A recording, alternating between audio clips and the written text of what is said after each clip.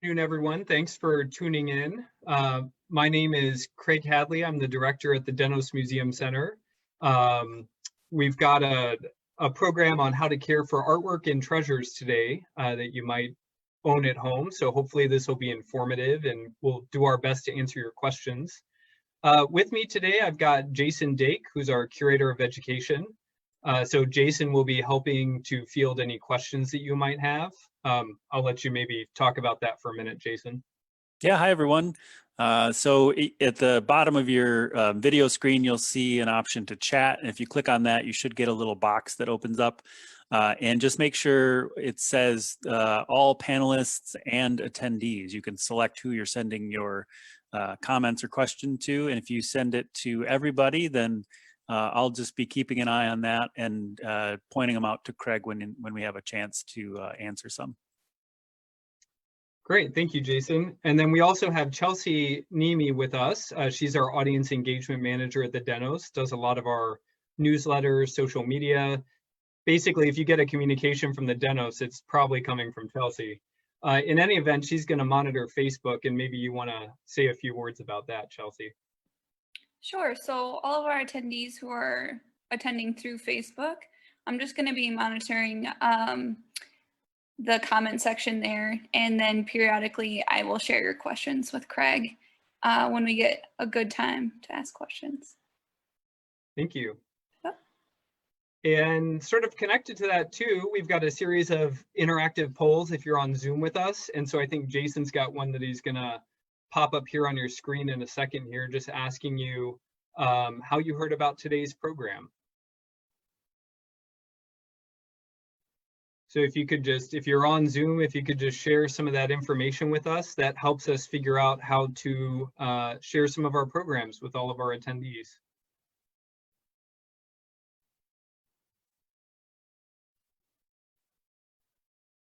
So looks like a mix of responses there, from Facebook to newsletter, some email forwards. So sounds like you get your information about the Denos from a lot of different sources, and that's helpful for us to know as we plan future events. If you have a other source, feel free to mention in the comments in the chat section as well, so we know where your other source is. Maybe a friend. All right, with that, I'm going to get the program started here. Again, we'll take questions periodically, and we'll go from there. So a little bit about myself. I've worked in museums for approximately 12 years, and a lot of my experience and expertise is in museum management and administration. I've done a lot of curatorial work as well. The image that you see up here, you should be able to see my mouse pointer. That's a Japanese sword guard, and so one of my first museum experiences as an undergraduate was an internship at the Field Museum of Natural History in Chicago. And my internship there was translating and documenting these sword guards that had been in the collection for 100 years. So I did a lot of collection photography, I did some translation and some research work on that collection with the hopes of republishing a work that was about 100 years old. So we were working on that publication.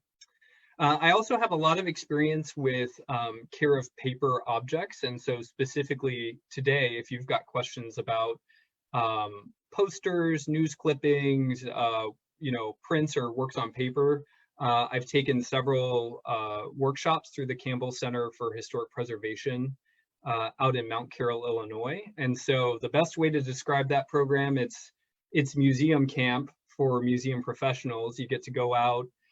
You live on an old college campus that's now a museum training site, essentially, and you get to do sort of a deep dive into topics like care of paper or paintings, or how to create and move artwork. And incredibly immersive, rewarding experience, and I was grateful to get to participate in a few of those workshops.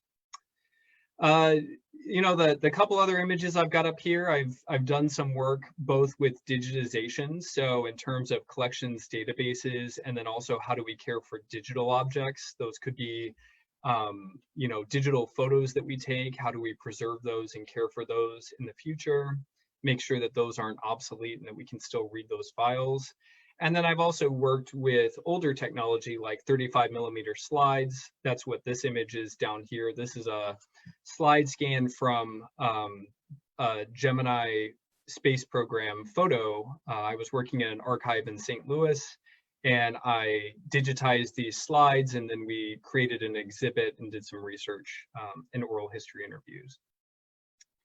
Just to be clear though, I'm not a trained conservator, so I did not go to conservation science school. I don't have that background in terms of stabilizing art objects in the professional sense.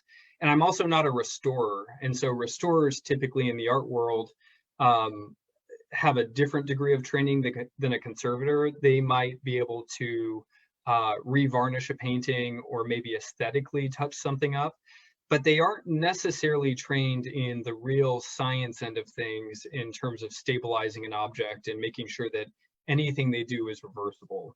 And that's really the key with a conservator, is that everything they do, they want to make sure that in 50 years time or 100 years time, anything they've done to that object could be undone by someone without damaging the original. And finally, I'm not a tax advisor or an appraiser, although that is part of what we'll talk about today, and we'll provide some just general information about how these things tie into care and conservation.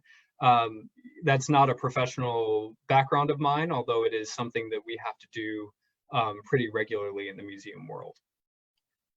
So with that, what I'm going to do is talk first about the things that we worry about when it comes to caring for objects, and then I'm going to dive into all the different types of objects that we care for in museums and the types of things you could do at home to take care of those things.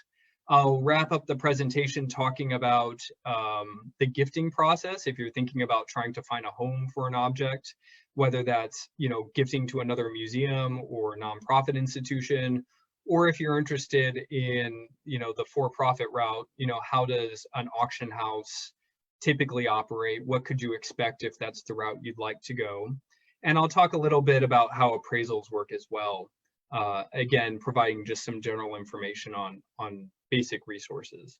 I've also got some information at the end of the presentation on some of the sites and resources I'll mention today, things that you could purchase to use at home.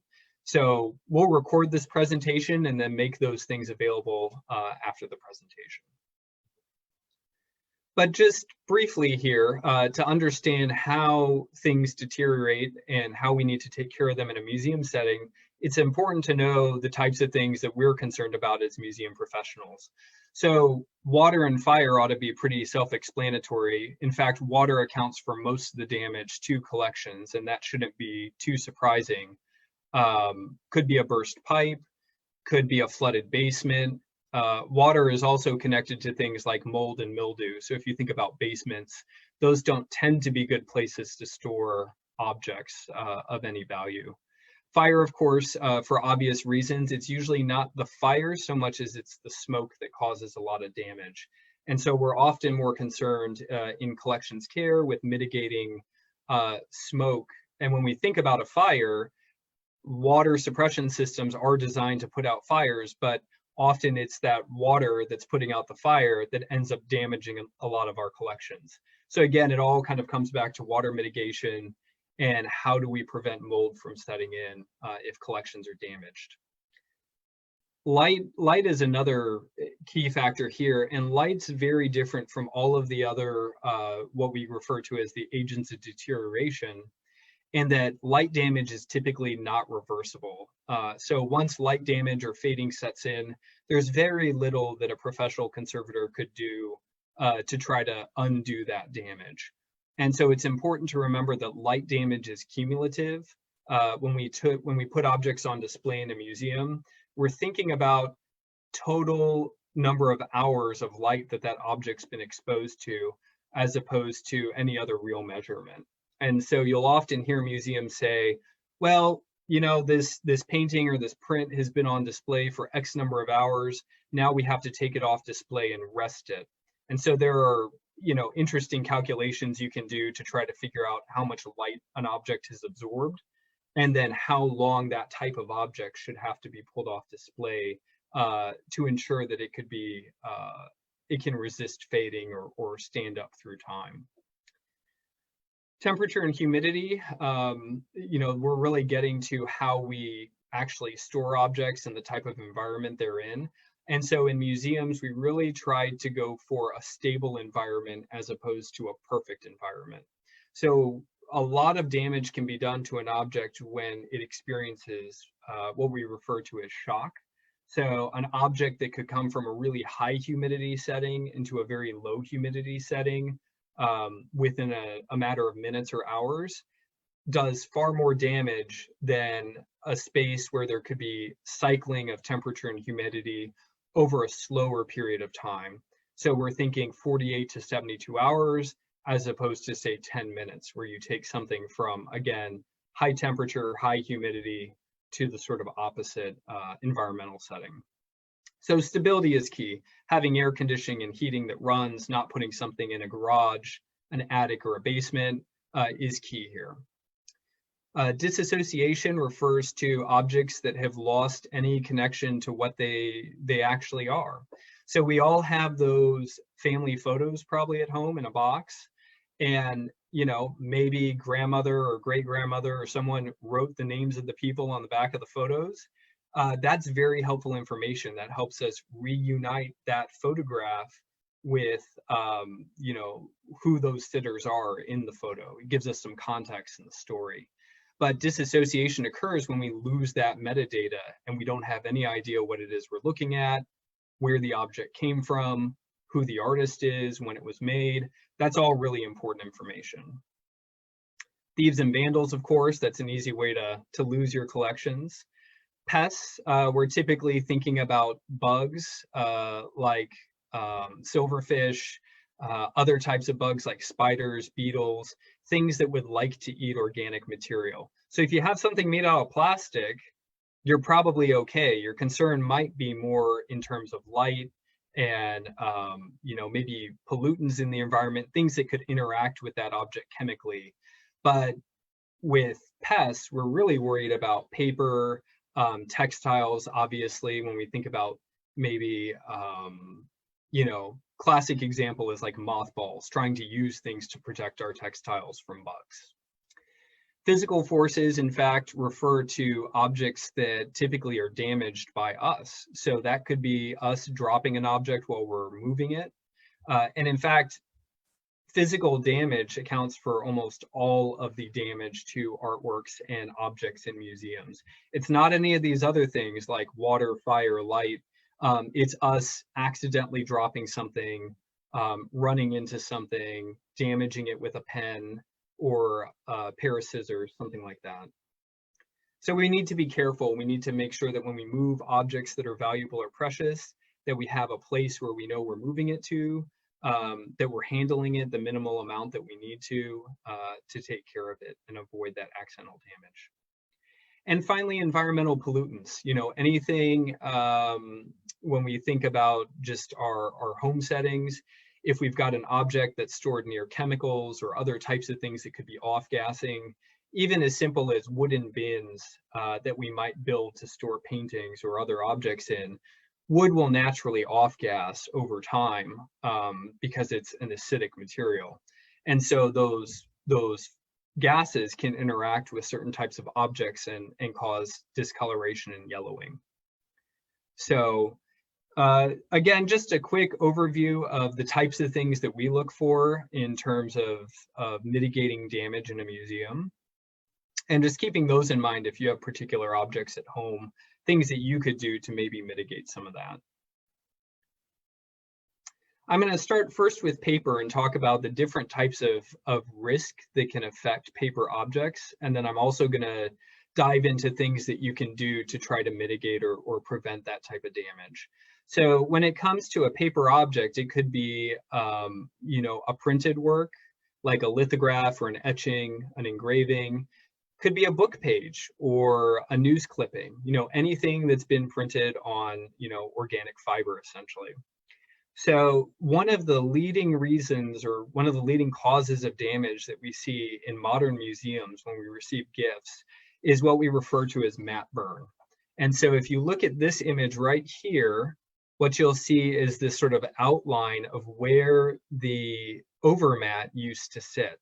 And so what that tells us as museum professionals, or a professional framer would look at this and they'd say, the overmat could have been acid free at one point, but it's sort of run its course and it's become acidic for whatever reason. Maybe the internal material in that overmat was made of acidic material, and then they just paste a very thin veneer of acid-free buffer over that core. And so that's really typical for framing companies to use those types of materials.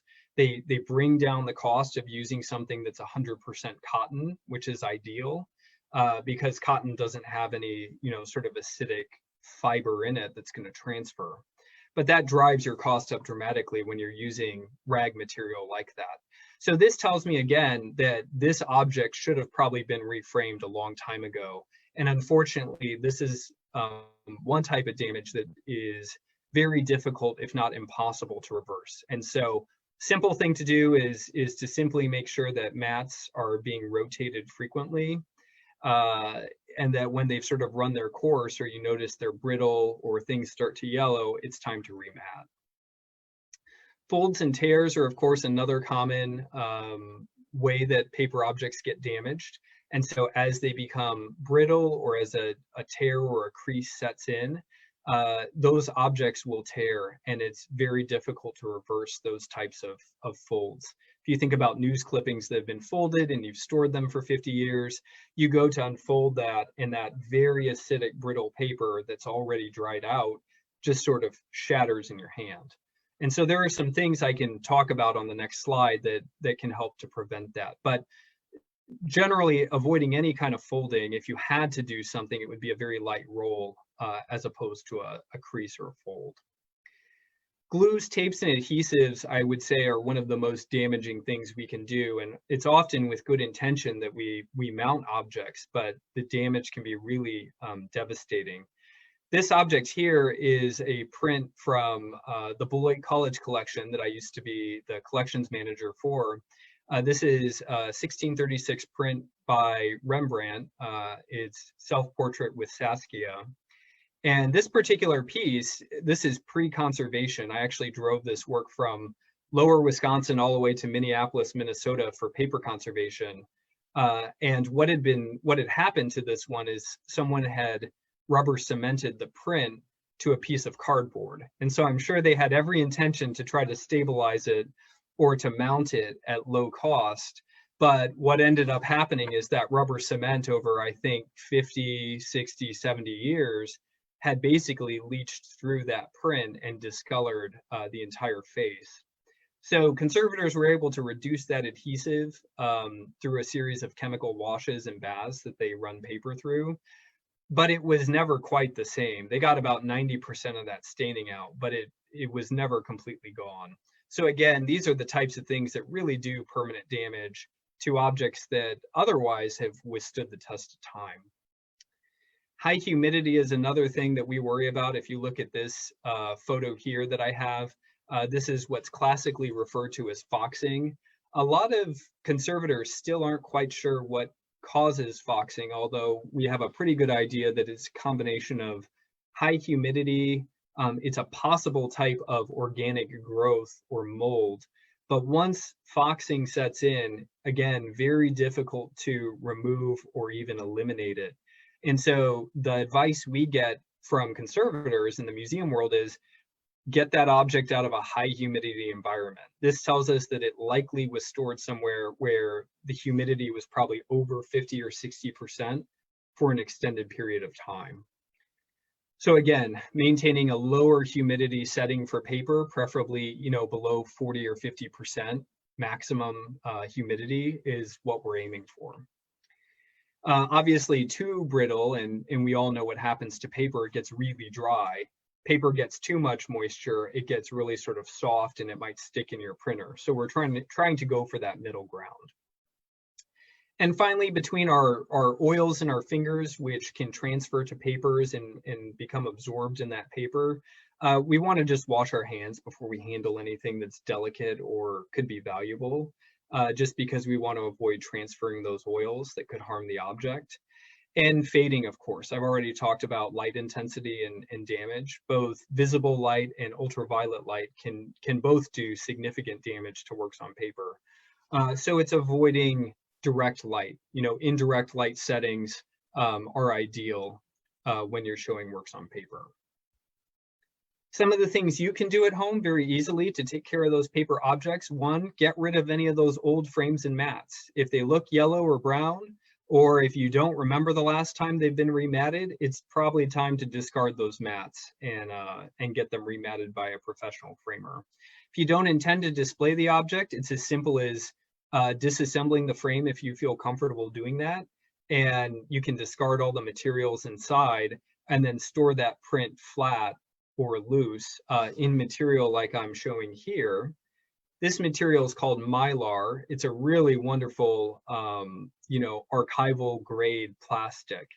And the advantages with using this are really twofold. One, it's really inexpensive and you can buy it from a number of archival suppliers like Gaylord or Light Impressions. University Products also sells it.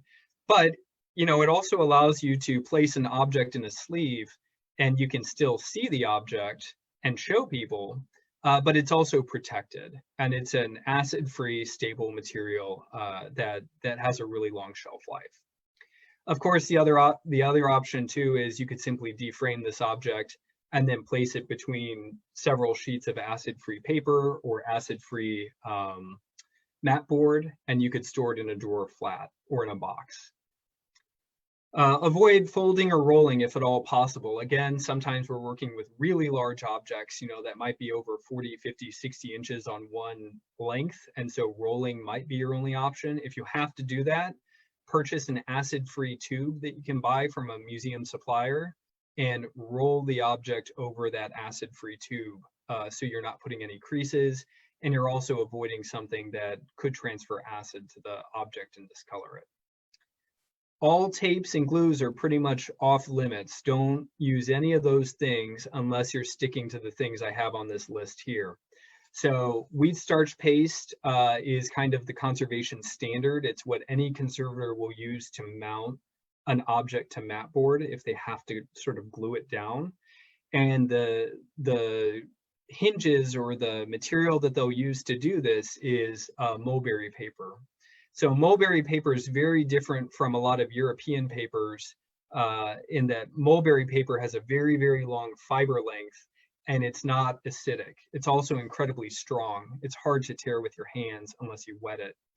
If you use other types of papers, especially more industrial or commercial grade papers, it's not always certain what they're using to size that paper or treat it. And so you'll often end up with something that says it's acid-free, but it's really not. We don't know what they've done to it. Filmoplast tape is also another really good product. It's made by a German company. They make a lot of framing supplies, but if you're not willing to cook up some wheat starch paste or use methyl cellulose, which is the sort of synthetic alternative, Filmoplast is a good option. And then obviously keeping your paper objects away from food and high humidity locations, controlling light and washing your hands, those are all just basic things you can do again to protect those paper objects at home.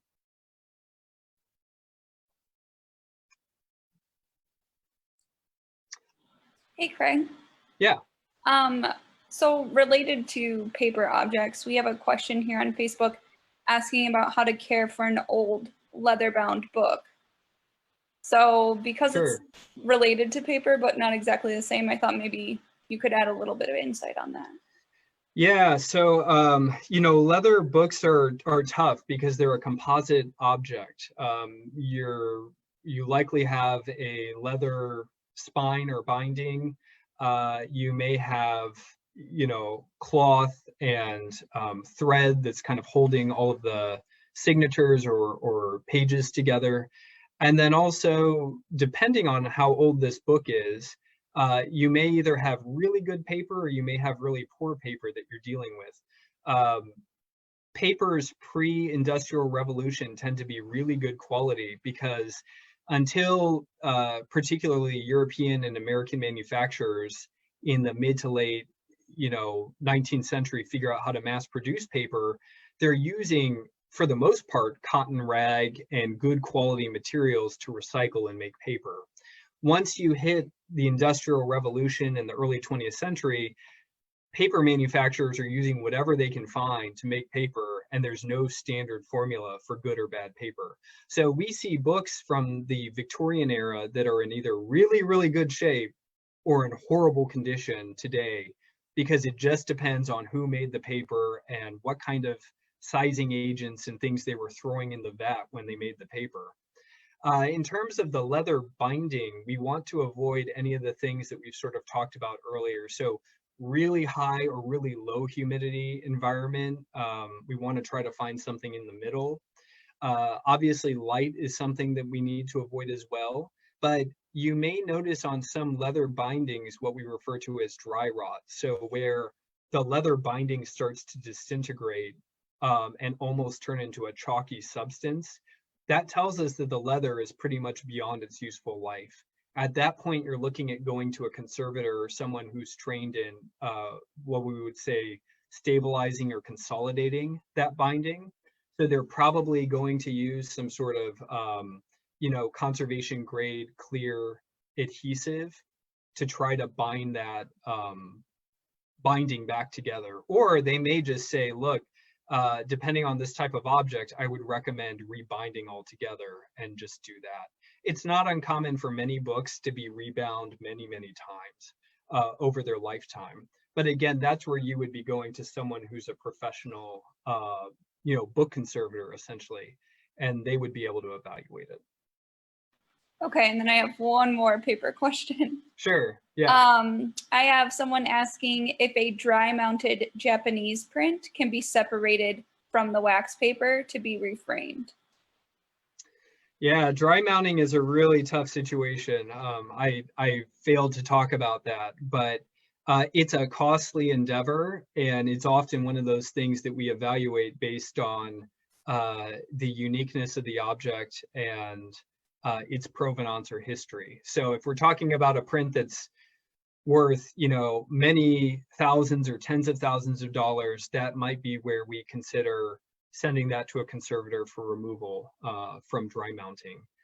And dry mounting, for all of those out there, that's a dry glue process that's bonded between a substrate like mat board or foam board, could be cardboard even, and then it's heated with a press, and it glues the print or the object to the substrate.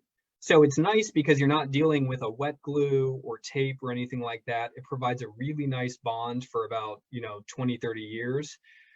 But often when something's dry mounted, it's not usually mounted to a very good substrate. And over time, that acid from the board, again, migrates into the print and causes problems. So again, I would say for the individual who's got the dry mounted print, it all depends on how rare this object is. If it's a $500 or $1,000 print, I would have a tough time in a museum setting probably justifying removal of that piece from its board, because conservation is going to cost probably that much, if not more, to have it removed professionally. So again, there are some other things you can do. You could still have the object reframed or maybe have it reproduced if you'd like to still show it, but try to save the original. But I think it all depends on what it is we're dealing with. Were those all the paper questions, Chelsea?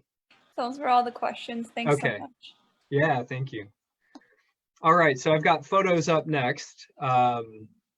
But the history of photography is an interesting one because it's still a relatively new technology when we think about the history of art and object. We talk about paper or some of the other mediums that we work with in museums, and some of those have been around for thousands of years. Photography really is a 19th century invention, and so some of the things that we're dealing with are processes that either have withstood the test of time. So we're talking about tintype printing or gelatin silver printing, some of these other processes that are really pretty old, Kodak safety film in kind of mid 20th century is another one that we have a pretty good idea now how it holds up. But then we get into things like this, right? A lot of us all grew up or owned Polaroid cameras at one point. Polaroid technology was really pretty amazing for the time, and still is when you think about everything that's involved in this little mini chemical lab in your camera. But, you know, again, these types of things are not nearly as stable. They don't hold up as well as some of the more tried and true photography methods. So the things we worry about here are, of course, unstable types of films like Polaroid film. If you own what's called cellulose nitrate film, you know, go talk to someone about that, because those are the types of films that can spontaneously combust. Most of those are films that date to kind of the early 20th century, and they start to disintegrate over time, and they can explode or catch on fire. So if you think you've got cellulose nitrate, good to consult with an expert and get their 2 cents on it. Museums pretty much try to store those in cold or freezer storage if they have to even keep it, because we know that cold slows down that chemical process of the film breaking down and makes it more stable. But ultimately, museums try to digitize those things and then ultimately dispose of them, often through like a hazmat sort of situation, because they are dangerous. Folds, tears, poor matting and framing, we've talked about that already. Finger oils, these are all the same types of things that apply to works on paper. We're just dealing with different carriers and bases here. Glues and tapes, of course, can be damaging. And then, of course, when we look at things like this is a glass plate negative here. Glass plates can obviously break or shatter. And so with a lot of these types of photography, including 35mm film, these are really prone to fading and color shift over time. So again, these are the types of things that we want to consider alternative archival methods for them. So one of the best things you can do for your photo collection, like anything, is think about digitizing. So getting a good quality scanner. Sometimes you might need a scanner that can actually, this is a light table here, but you may need a scanner that has a negative or transparency adapter connected to it. A normal flatbed scanner like this will not be able to scan a negative because it isn't able to shine light through on both sides. You need a slide adapter to do that. So scanning is still one of the best things that you can do to try to preserve some of those sensitive photographs that you might own or maybe have been passed down in the family. Avoiding any of the old types of photo albums, you know, magnetic photo albums as they were called, you know, kind of back in the 70s and the 80s, those are bad. So if you've got magnetic photo albums, it might be time to get your photos out of there and think about a different type of photo album to store them in. I did that for my family, in fact, about 10 years ago. Rubber bands, paper clips, anything that's attached to a photo can do a lot of damage. It's not uncommon for us to see rubber bands that have melted onto photos and then they tear the film surface off, or paper clips that end up rusting and staining the object. So again, avoiding any types of glues, adhesives, rubber bands, things that are attached to the object. The best way you can store a lot of these things is simply in acid-free boxes or paper envelopes that you can buy from archival suppliers.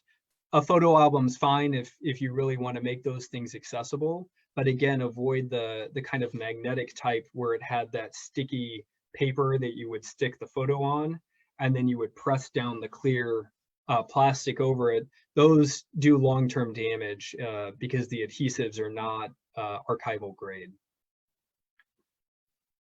Were there any questions, Jason, on photos? Yeah, there was a follow-up just asking about what the issue with slides is. Oh, sure. You know, it depends really. So many manufacturers out there. You know, you could go to the sort of Walgreens or local, you know, photo stores, and they would make slides for you from negatives. But the reality is, like so many other things out there, when we think about the history of paper, there were a lot of different chemical processes and manufacturers of films out there. And so some hold up better over time than others. And of course, how did we store these things over time? If you're pulling a slide box out after 50 years and the color's faded, well, were those slides stored in an attic or a basement? Odds are probably pretty good for a lot of people. That's where those things ended up. Or even if we think about the types of boxes that they were housed in, if they were in an old cardboard box for 50 years, again, the acids in that box over time kind of circulate and they can interact with the emulsion and other things in the slides and discolor. So everyone's going to have a different experience. Some slides are going to hold up really well. Others that are exposed to high heat, high humidity, acidic conditions, they may not look the way they should. And so you'd want to scan those and then, use Photoshop or another type of photo correction tool to try to get the color back to what it used to be. And you could have that done by, photo restorers, or, if you're willing to tackle it yourself, you can do it too.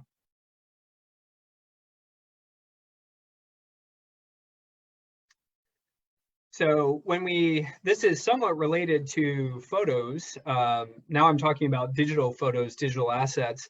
A lot of us are taking photos on our digital cameras and so forth now. What are the types of things you can do to take care of all the photos and videos you're amassing today? Some of the biggest threats to the mountains of photography that we take today tend to be outdated hardware and formats. You buy a camera and in 5 years' time it's outdated. Can you still open the types of photos that you were taking 5-10 years ago with modern computers and modern software? Sometimes you can, and sometimes you can't. And then of course, do we have metadata? And metadata is all of that connected information again that goes with the photo. So are we labeling and identifying who the people are and providing a way to link up photo with that type of information? And if we aren't doing that in some kind of way, 10, 20, 30 years down the road, it may be very difficult, if not impossible, to figure out what it is we're looking at. Really, the biggest threat, of course, to digital material is, data loss. And this is true of any type of digital content. So, creating or selecting a backup method. This could be an external hard drive, could be cloud backup software like Dropbox or, Apple iCloud or OneDrive. But then also choosing file formats that we think, at least, are pretty universal at this point. So the JPEG format, the TIFF format, and PDF tend to be pretty safe choices right now. If you're really interested in this, you can go on the Library of Congress's website and you can read about digital preservation guidelines. They basically set all the standards for the museum and library field on how we should be digitizing things. So that's a free resource that you could access. You really want to stay away from anything that's tied to special software. So proprietary software from Apple and other major manufacturers, best to avoid those types of things, because again, if you decide to switch computers or those companies go, broke in 5 or 10 years and they don't make their software anymore, it might be really hard to find support or file conversion for those types of special software. So that brings me to the last point here, which is it's important to migrate files as standards change. So in 10 years, if everyone's using a new standard that we've not even heard of yet, it's important to keep that in mind and kind of move your old things forward so they don't get left behind. Classic example is reel-to-reel physical video, film. It's really hard to find reel-to-reel film machines anymore that can play those types of films. So even digitizing that type of content or trying to get it onto a computer is really hard now because we've missed all of those gaps, in the sort of transfer process where maybe you would take reel-to-reel, put it on a different format, move it to VHS, move it to DVD, and so forth. It's kind of been left out of that migration process. Paintings are another big category. I think a lot of families, maybe inherit paintings, or, you end up developing a passion for collecting or purchasing some of these things, whether it's at yard sales or you kind of get into serious collecting or purchasing from galleries. But the things that we like to look for in the museum world, obviously we're talking about a mostly two-dimensional object, but the front and the back are equally important when it comes to paintings. And I think the back often gets left out here. So we're really concerned about physical damage. I can't tell you how many paintings I've worked with where the back side of the painting is completely exposed and it's just the canvas that's completely visible. Or you might see one of those paper dust covers, that brown craft paper that's been glued over the back of the frame. Those really don't provide adequate protection. And so highly recommended that you reback any kind of painting with either blue acidic board or blue acid-free board, or using a plastic material called coroplast. And you can buy those again from any museum supplier. But attaching those firm surfaces to the back of your painting will ensure that when you're moving it or relocating a painting, your arm isn't going to accidentally go through the back, or you're not going to puncture it with a pair of scissors or a pen or anything that you might have around. It's saved many paintings that I've worked with in the past, just in general museum work. On the front end of the painting, it's obviously important to be mindful, again, of any kind of punctures or tears that could occur. This would require, again, a professional conservator to mend that, typically from the backside, and then they might have to do a little bit of in-painting on the front side to kind of do some color matching. We're also worried about poor priming. These are things you can't really control, but they're things you might notice in a painting that you own. So if paint is cracking, if it's starting to pop, or it's splintering off of the surface, that could be for a variety of reasons. But one reason could be that maybe the canvas was just initially poorly primed or not even gessoed to begin with. We see that a lot, especially with mid-20th century painters who just didn't care to prime paintings, or they wanted to use the raw surface as part of the painting, and so just completely forewent the priming process. Another really common risk or deterioration is this right here. And so this is from the varnish or the protective layer that's over the paint, basically like a clear acrylic resin. Those often yellow over time. And so anywhere between 15 to 30 years, you could be looking at revarnishing a painting. So double checking the whites and sort of color accuracy. Does the painting look dirty? Has it been exposed to smoke in the home, either from tobacco smoke or a fireplace maybe that's burning wood? Those are all airborne pollutants that can yellow and accelerate that discoloration. That's going to require a conservator to strip the top layer of varnish off and then revarnish it with a new coat. That's often work that really does the most significant, restoration work in terms of bang for the buck for a painting. Talked about a lot of these things already, but again, protecting the backside of your painting. I've got samples of what this blue board material here. This is an acid-free cardboard material. This is coroplast here. It's a fluted corrugated plastic. And then this is foam board. Any of these materials would be, perfect to back your painting with. This is a bad situation, so don't hang paintings above fireplaces, as nice as it looks. That heat is really tough on those paintings. Again, we talk about stabilizing our environment and avoiding shock, high temperature, high humidity changes. Fireplace does both of those things. It'll dry out the environment really fast and it'll heat it up. So avoid those types of things. Any questions on paintings, Jason or Chelsea?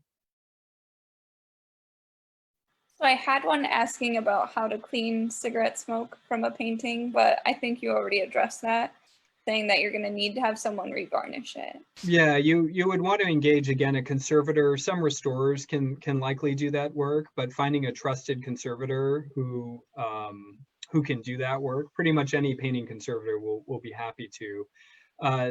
the fee for having that done is going to be based on the size of the work. And so again, if you've got a painting that's only this big or a painting that's 40 by 60, the cost will obviously scale. And depending on the age of the painting and the condition that it's in, the conservator may recommend a little bit of in-painting. And so if you've got areas of loss on the painting, they'll take the varnish off, they'll re-varnish, and then they'll try to do a little bit of color matching or repair work on the top layer of varnish. And that's, again, all keeping with trying to make everything reversible that a conservator does. They don't want to put their paint or their in-painting on the artist's original paint. They want to make sure that that comes off when the next conservator works with the painting. But that's pretty common work, and a lot of paint conservators are happy to do it. We talked a little bit about objects here, but with the book question that we had earlier, and really the main thing here is composite objects or things that are made from more than one type of primary material really often require special care. And so it's tough to make kind of blanket statements about how you care for a Japanese folding screen. If we look at this object here, where we've got a conservator who's working on it, there are a lot of different component pieces here. We might have wood, we might have brass or metal fittings around the edges that kind of hold it together. We've got silk, we've got ink and paint, different types of pigment. So you need a conservator who understands how all of these different types of materials interact with each other. And if they do something to the paint or the silk substrate, how might that affect some other components? Painting conservators look at their situation the same way. You're talking about frames that are often historic and could be very valuable. It's not uncommon to actually see frames that are worth more money than the paintings themselves, especially once we get into plaster, gold leaf frames that were made sort of Victorian era or earlier. Those frames can be very, very valuable. So you need a conservator who kind of understands how all these pieces work together. If they re-stretch a painting, or if they have to rekey the back, which kind of tightens that painting back up, how do all those things work together, and are they going to cause damage somewhere else? Really, the takeaway here is thinking about stabilization. How do we provide a safe environment for composite materials? So again, avoiding high heat, high humidity, basement locations, garages, attics. Those are really places that do a lot of damage to artwork and objects in historic furnishings and so forth. I really love this installation image here. This one is actually a toilet paper installation. So the point being that, there are some things that just were not made to withstand the test of time. There's no way to save an installation like this forever, really, I think from a conservation point of view, without it being almost unmanageable or not even cost effective. So we have to keep that in mind too, that things often have a life cycle, and sometimes they just run their course.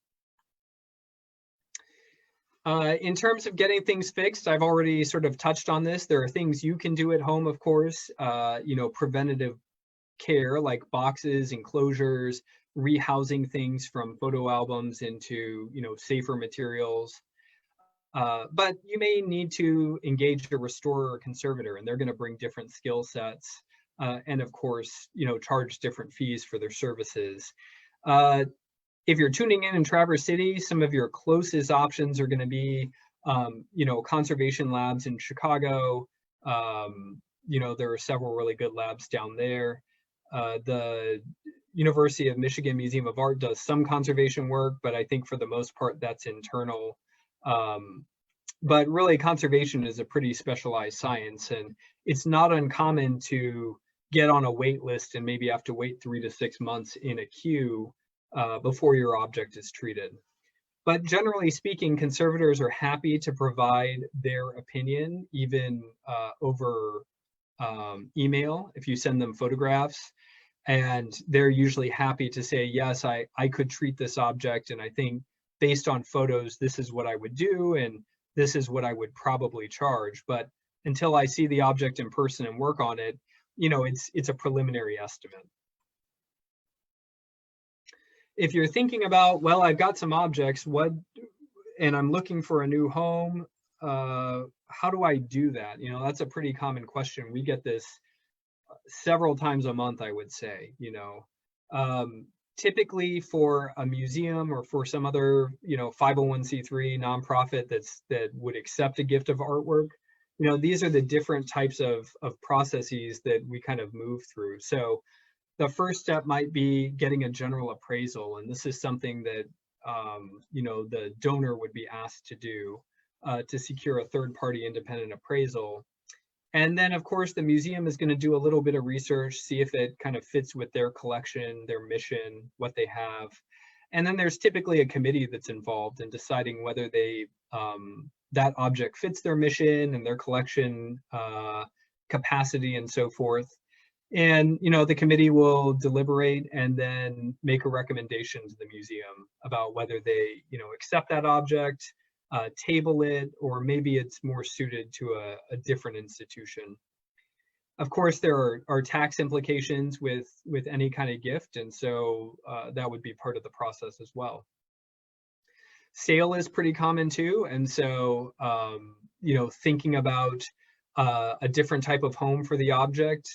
Again, the process is somewhat similar to a museum, but again, you would be working with an auction house to think about, you know, placing that object up for sale or consignment, and then, of course, working out a contract with the auction house, and of course, there are fees involved in that process. Shipping is another pretty common category here. We get folks who ask us, you know, how do I send something to another state or across country? What does a museum do? And some of the things that we employ, it could be as simple as UPS or FedEx in terms of sending artwork and objects. Insurance can sometimes be a little tricky when you're using, you know, a mail carrier like this. Sometimes you can purchase insurance through them. Other times they'll insist that you provide your own insurance policy or third-party policy because, you know, they're in the business of shipping goods, typically, not necessarily fine art. And so they don't always want to bear that responsibility. And then from there, you can go up and you can basically share, you know, art shuttles with other folks who are shipping artwork around the country, and you get a little spot on a truck. And, you know, delivery is basically contingent upon the rest of that schedule. And then you go all the way up to the highest end of art transportation service, where you get a shuttle or a small truck that is exclusive to just your crate or your artwork that you're shipping around. So these are, of course, the most expensive, but you're talking about door-to-door delivery handled essentially by one group or one person. Talked a little bit about appraisals here, but they're used mostly to establish replacement or insurance value. And so a good idea to think about, of course, getting an appraisal if you need to add that to your insurance policy or homeowners. Museums, generally speaking, are prohibited from referring anyone to a specific appraiser, but we can, of course, let you know what the general process looks like. So my advice to anyone who's thinking about an updated appraisal for insurance is jump on one of these appraiser database websites that I have listed, and you can plug in the type of object you've got and where you're located, and you're going to get a list of folks that you can contact and find out if they could do an appraisal for you. Talked a little bit about taxes here. The key is to remember that this IRS 8283 form exists, and that if you are donating anything over $500, then IRS requires that you fill this form out. If your gift amount is over $5,000, then it's going to require a third-party appraisal. If you're under $5,000, then the IRS allows you to claim that value based on your own estimates and, you know, comps that you pull, essentially.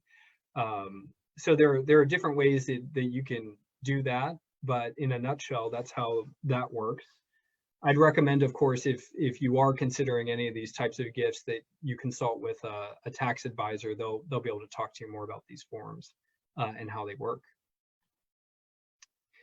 And finally, I've got just a few of the resources that I touched on here in the presentation. So, you know, some of these general suppliers that we typically use in museums, like Gaylord, University Products, Light Impressions, Uline, those are all pretty good sources that you could start with. And it's where a lot of our colleagues purchase materials, and general public can buy from them as well. And then just a few things on more reading if you're interested in these topics. The National Park Service and the Northeast, this is Northeast Document Conservation Center. They both produce free, you know, short guides on how to take care of things like paper, paintings, objects, and so forth. So a lot of good extended reading if you really are interested in the topic.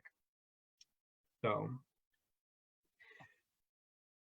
that's my 55 minutes there. It's about 2:55. I hope you all found the program interesting or insightful. Hope you learned something new today. I'm happy to take any remaining questions if there are any out there. We also have a few more polls we could put out there while people think about their questions, maybe.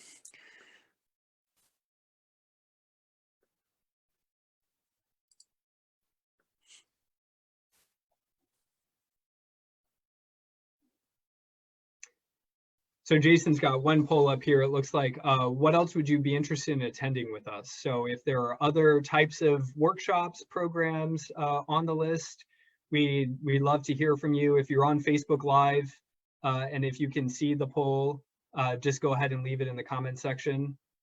Right, Chelsea? I don't want to speak for you. Yeah, they can see it. Oh, okay. I think Great. popped up on the screen here. I mean, I can see it because I'm attending the Zoom, so Got it. it's hard for me to be able to tell if it's in the Facebook as well.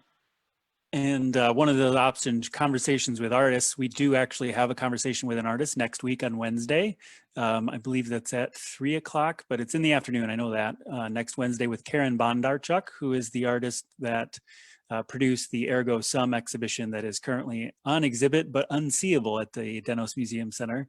But we're going to have a conversation with her and Kathy Foley, who is the director of the Woodson Art Museum, who organized that exhibition. So be sure to follow us on Facebook and find out more info on that. But same kind of format. We'll do some Zoom, but also you'll be able to watch it on Facebook next week on Wednesday.